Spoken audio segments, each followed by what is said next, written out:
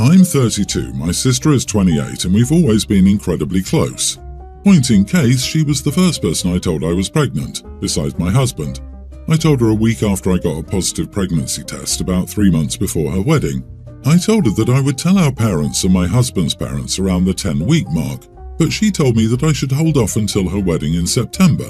I'd be like 4 months along at that point, so I wouldn't be showing really, and she thought it would be so special for her to be able to make an announcement about a special guest at her wedding. And it's her first niece or nephew and my parents' first grandbaby. So I agreed because it seemed like it meant a lot to her. And again, we were super close and I was happy to do that for her. The first trimester was awful with morning sickness and exhaustion. I would have preferred to talk about it with my mom, but I was willing to grin and bear it for my sister's wedding. Well, the wedding came along, and about halfway through the night, I asked her when the announcement was happening. She told me that she'd changed her mind and that her wedding didn't seem like a good time or place to announce my pregnancy. I was super upset since I went through an awful first trimester with my only sister and husband to lean on. But I decided I wasn't going to put the announcement on hold any longer just for her, so my husband and I pulled my parents aside and quietly told them to keep it private for the evening. They were thrilled with lots of hugs and a few tears, but a very touching and private moment. Literally no one else found out until I announced it on Facebook a week later. My sister found out around the same time as my Facebook post when my dad mentioned how we told him about it, and she texted me and called me a witch who made her wedding about myself, and she hasn't spoken to me since. I've messaged her and apologized probably a dozen times since then, but she refuses to talk to me, and now she refuses to come to see her little nephew, who's a newborn. My parents and partner think I did nothing wrong since she went back on her word and that I should just wait it out and she'll come around. I'm obviously unsure as this has made her so upset with me and we were so close before. Am I the idiot? Not the idiot. You know what happened here, right? Your sister didn't want you to steal any of her wedding thunder leading up to the wedding.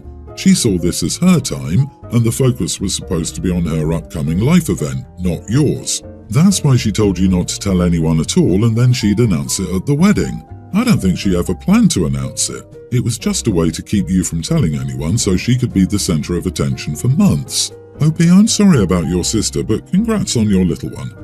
This is the exact vibe I got too. OP was being manipulated. Stop apologizing and enjoy your new family. Honestly, OP, making you keep it secret from your parents that long was a crappy thing to do, especially when she saw you suffering through the first trimester. I don't know your situation with your parents, but it sounds like you could have really used their support, help and reassurance during that time, and your sister kept that from you. I 100% agree. She never had the intention of making an announcement. She was worried your parents would support you in your pregnancy rather than her, or maybe wouldn't spend as much money on her wedding because they were preparing and buying things for the baby.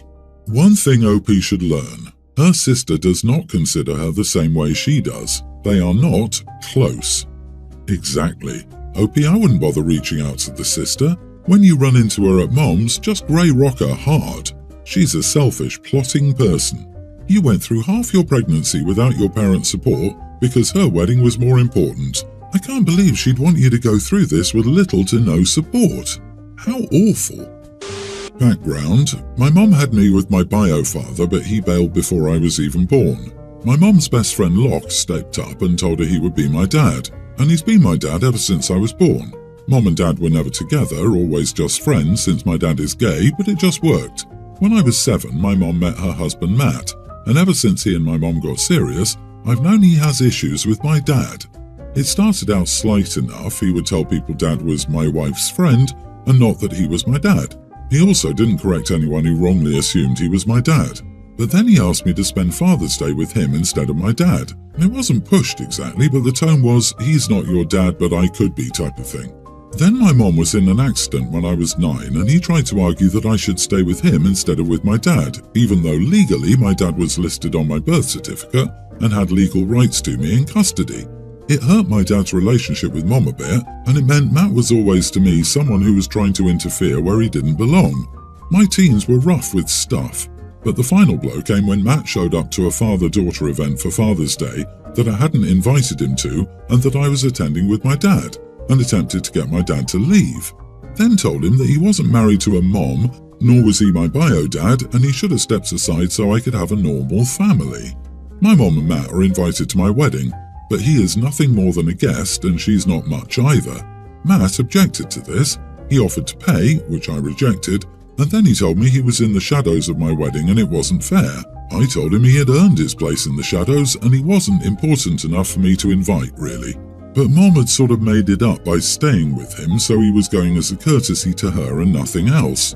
He called me an ungrateful brat and said I shouldn't be so rude to him. I know what I said was cold, so I asked, am I the idiot?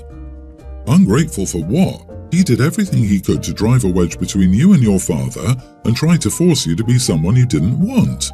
Given his history, showing up at an event to cosplay father, you should uninvite him and tell your mum that you don't trust him not to cause a scene at your wedding. You are not the idiot, and get yourself some security. He's the type that would show up anyway. If your mom protests, uninvite her too. Congratulations on your upcoming wedding, and I hope you and your dad have a wonderful time. Oh honey, this man crashed a father-daughter event and caused a scene. And you seriously think you'll get all dressed up for your wedding and stay in the shadows like Batman? LMAO. He's absolutely going to throw a tantrum. But will it be when someone else walks you down the aisle, or when you do a father-daughter dance with dad, or when close friends and family do toasts and speeches? How exciting. That's my concern as well. LOL, my father-in-law threw a tantrum right before my sister-in-law was to walk down the aisle. He threw a major fit about how it should have been him sitting in the front row and how everyone could disrespect him this way, blah blah blah. It was a major embarrassment to everyone involved. Luckily, sister-in-law still has no idea it happened. Now brother-in-law made everyone promise never to tell her. Outside security is often brought in for such situations so the wedding party doesn't have to deal with it. How will you torpedo your relationship with someone, then expect to have a place of honor in their major life events? Insane. OP, it's more than a little heartbreaking that had your mom and Matt acted like adults, you could have had 3 people who loved you unconditionally. But in my experience, kids just need one person to be that for them. I'm glad you had your dad to demonstrate that for you. Pre-global issue, I, 33 male, would go on family vacations with my family. My parents in late 50s, brother 27 and sister 29. These occurred about every other year. For a multitude of reasons, we haven't made a trip since 2018. I'm married and we have a young toddler. My sister has a boyfriend and my brother has some sort of terrier and no girlfriend I know of. My brother has morphed into a self-described dog dad, and based on social media, seems to rarely do things without the dog. We live in the same city but in different areas and we don't see him all that much. The few times I've been around his dog, it behaves fine. Unfortunately, it's too friendly for me and I can't speak to how it behaves over multiple days or around babies. My parents have a beach house in Florida booked. In a few weeks, the deadline for a full refund for cancelling is coming up, and my parents need to know if we're in. We live in the west side of the USA, so we'd be flying. I found out my brother plans to bring his dog. My parents aren't thrilled about it, but it is what it is. Those are my parents' words. I'm not a dog person. I despise them on airplanes. I do not want to travel with the dog. Tentatively, we are on the same flight. I don't want to stay the week in the same house as the dog. I do not want activities based on being dog-friendly, and I do not want the dog around my son. Our parents want to stay out of it and have us hash it out. I broached the topic with my brother. Essentially, he isn't flexible on the dog. It's his family, and it's a family vacation. He says my son will be far more annoying and loud than his dog. He seems firm on this, and I'm ready to pull out of the trip. If I don't go, the trip may fall apart. So, am I the idiot? You are the idiot. It's a small dog and you said it was well behaved. It's fair to ask if the dog is kept away from the baby. A baby is far more inconvenient than a dog. You can leave a dog home alone for a few hours if people want to eat at a nice restaurant. It's rude to bring a baby to a nice restaurant. They have bedtimes and they scream at movies. Kids are awesome, but you're on a different planet. If you think the vacation is going to revolve around the dog, you're mistaken. It will revolve around your baby. I'm not sure that's so. The way he sets this up makes it sound like he's bashing his younger brother for having a dog but no girlfriend, as if bringing a girlfriend instead of a dog would be totally acceptable to him. The vibe OP gives me is that of an idiot, and I fail to see what OP means by the dog being too nice.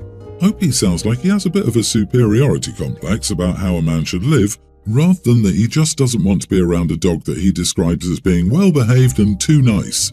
Quite frankly, the dog being there is not an inconvenience for anyone but his brother, if at all. The baby? That will likely inconvenience everyone, but God forbid we mention it. Also, I want to point out OP doesn't possibly think his opinion makes him the idiot.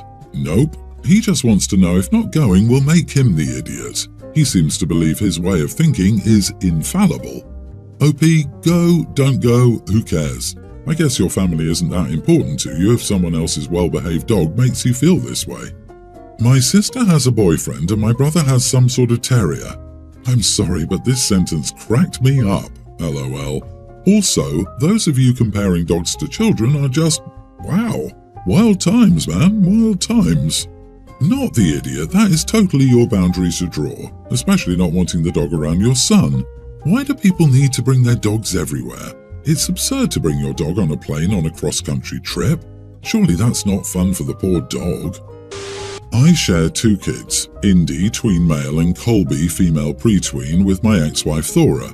We've remained very close and she and I don't follow a strict parenting plan. We do our best to have the kids see us as much as possible. We celebrate every birthday and every Christmas together, and we show up to support our kids together as much as we can make work with our jobs. Our families are also still very tight. The kids love it. Sometimes it will be my parenting time, but they want Thora, and so they spend that day with her, or vice versa. Works so well for the kids. Thora married Michael in November 2021. He and I got along in the beginning. He loved Thora and was great with the kids, which is what Thora and I cared about most. But then this past summer, something changed with Michael. An example is Indy was singing and playing an instrument at this little talent show his summer camp set up. Thora and I both went, and so did Michael. We took the day off work. Michael didn't look happy to see me, and once Thora was not within earshot or sightline, he was visibly tense, and I swear he groaned at some point near me. Then Thora had to go out of state to see a friend of hers who was very sick. The kids chose to stay with me, and I don't believe Michael was happy about that.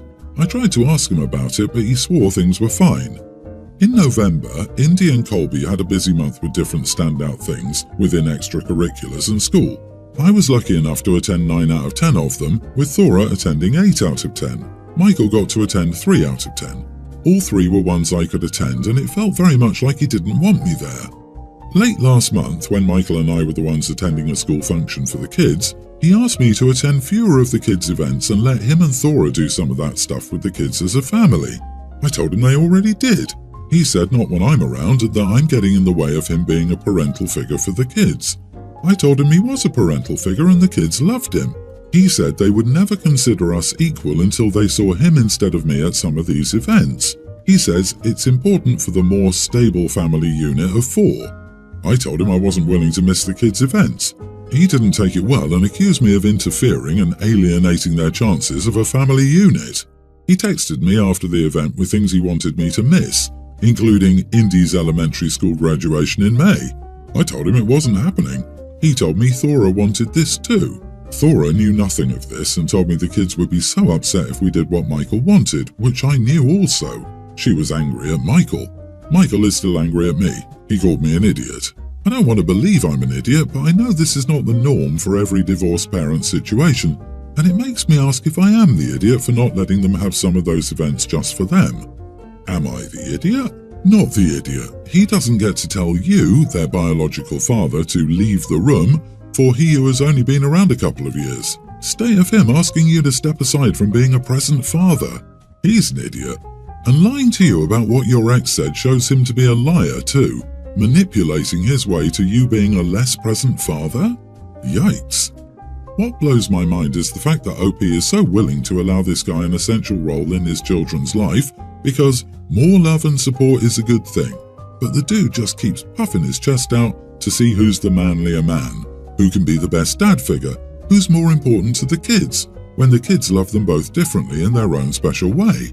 I just don't get it. This is exactly what I was thinking, especially with the stable family unit comment.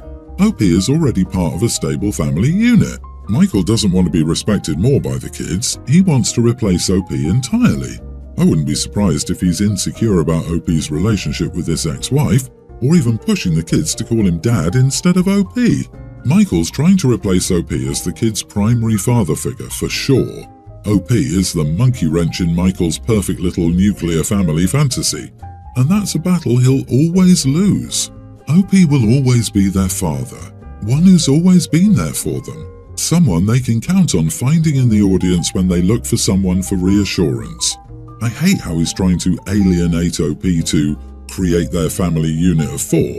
It's like he wishes OP were a deadbeat so he could step up and be the parent. OP is a great dad. Congratulations, keep it up. My girlfriend always seems to zone out whenever there are really long conversations. She zones out if I talk about my day or how work went off her control, and then I said to get it under control then. Today she's been very quiet and withdrawn, and I'm feeling really bad for how I acted. Am I the idiot? Info, have you tried being more interesting? Are you guys having a conversation or just talking at her without letting her talk at all? Because I've dated those guys, and of course I was nodding off as they blabbered on about themselves and asked me nothing about myself or my day. You are the idiot. Here's why. There are 2 possible reasons why this is happening.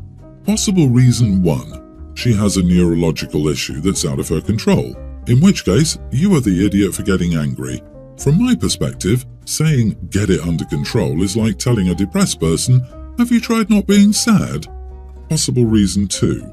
You're the sort of person who will drone on and on and on and bloody on forever about things because you're narcissistic and need to have a captive audience as you drone and drone and drone. In which case, you are the idiot and need to learn about the give and take of conversation. Since she says your conversation is boring, my bet is on reason 2, but I can't be certain. I'm going with everyone's the idiot here. You shouldn't have yelled. That doesn't get you anywhere. But it might be neurological and it's up to her to pursue finding out what's going on, because just saying she's bored is rude. If she's visibly zoning out, it's causing problems in her life, and she should be, at the least, trying to learn why.